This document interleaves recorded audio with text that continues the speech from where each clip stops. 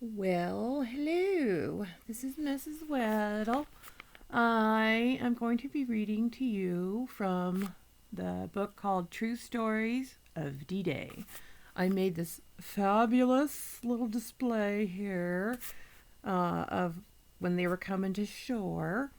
I have some war sounds that I'm going to put on with this, and I'll be reading, and my dogs may get in the way. I don't know. My husband may walk in. I don't know. So enjoy the story. There's the sounds first.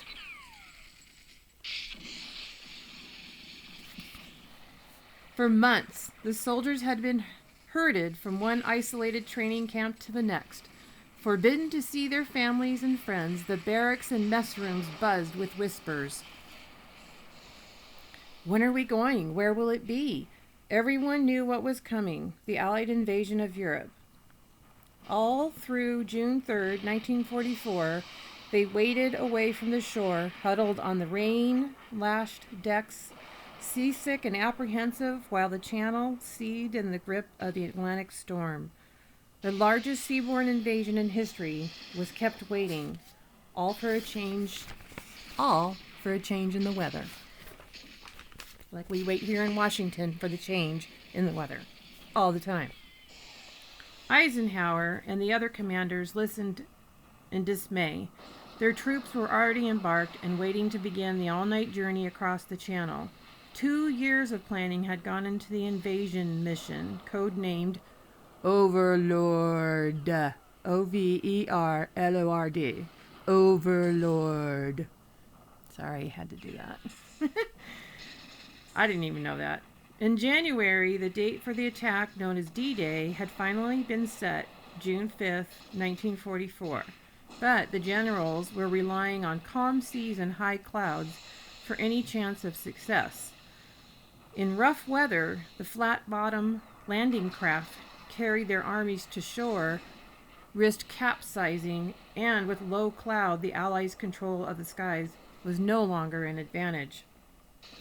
After a brief discussion, the generals agreed to wait for another 24 hours before sending down the invasion task force. D-Day was rescheduled for June 6th, provided the storm had abated. On the face of it, the plan was simple.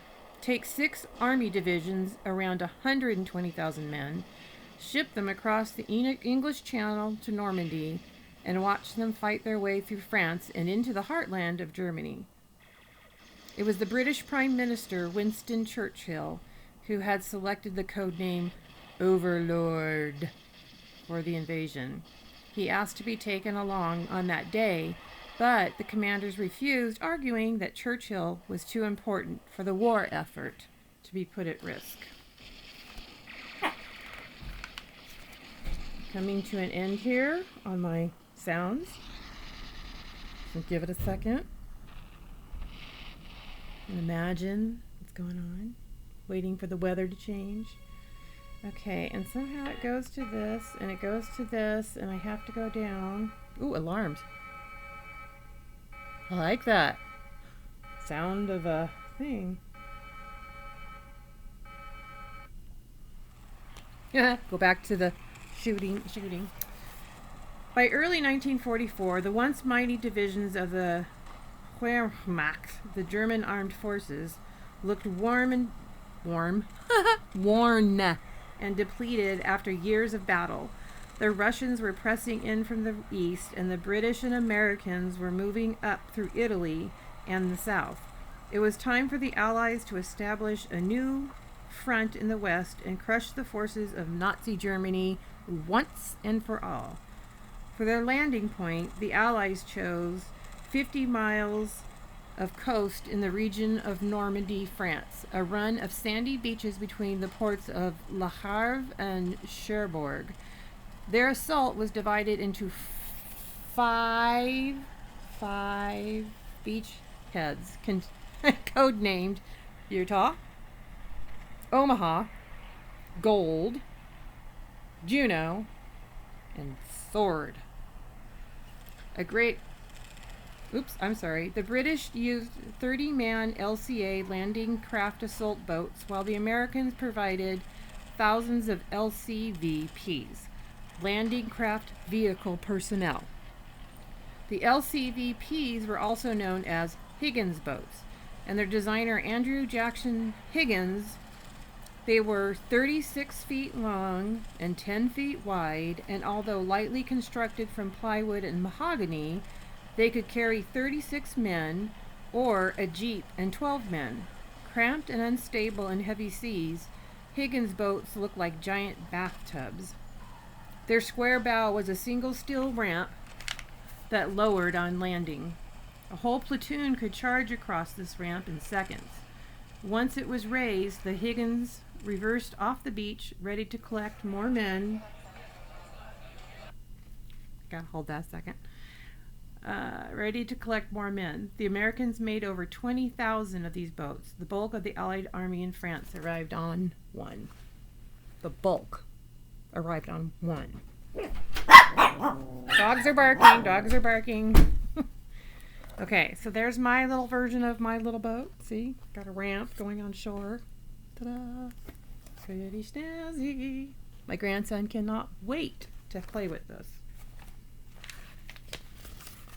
Okay, let me go back, get our ambiance of guns and stuff, because we are in World War II. Let's see, this one's 3 minutes. You hear that? All right, now we're back in on the war zone. The Allies met the logistical challenges with gusto. Where a new boat was required for a specific task, they designed and built it.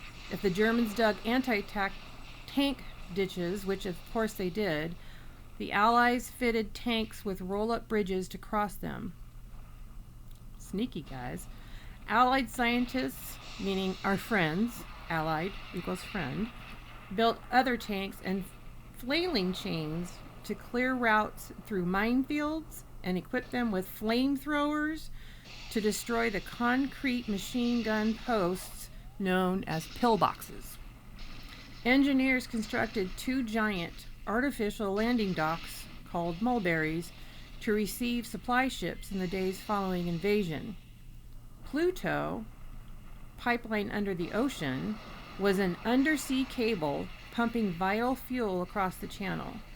The Allies' success at maintaining secrecy was no less impressive.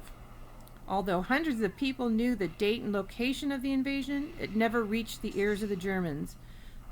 There was even a new level of security, higher than top secret. And see, in here in the book, they made it in top secret, like it's important. Anyone with knowledge of D-Day was classified as a bigot by the British Secret Service. The information they possessed made them bigoted. After a sudden attack by German E-boats, fast patrol launches,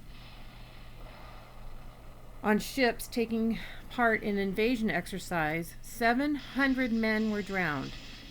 Among them were 10 bigots. The Allies were so worried that one of them might have been taken prisoner and talked about D-Day, they sent divers down to recover the missing bodies. All 10 bigots were found and given military burials. Operation Overlord was the world's largest amphibious invasion involving millions of people in planning and execution. Close to 175,000 fighting men were landed in one day across a channel of stormy sea, supported by thousands of bomber aircraft, an armada of ships, fleets, and tanks and supply vehicles. Churchill described it as the most difficult and complicated operation ever to take place. But wars aren't won by operations or plans, no matter how impressive they might seem with hindsight. Victory or defeat is decided by the actions of small groups of 1 or 2 soldiers in thousands of separate actions spread out across the battlefront. It might be a commando trying to destroy an enemy tank in the silent forest clearing.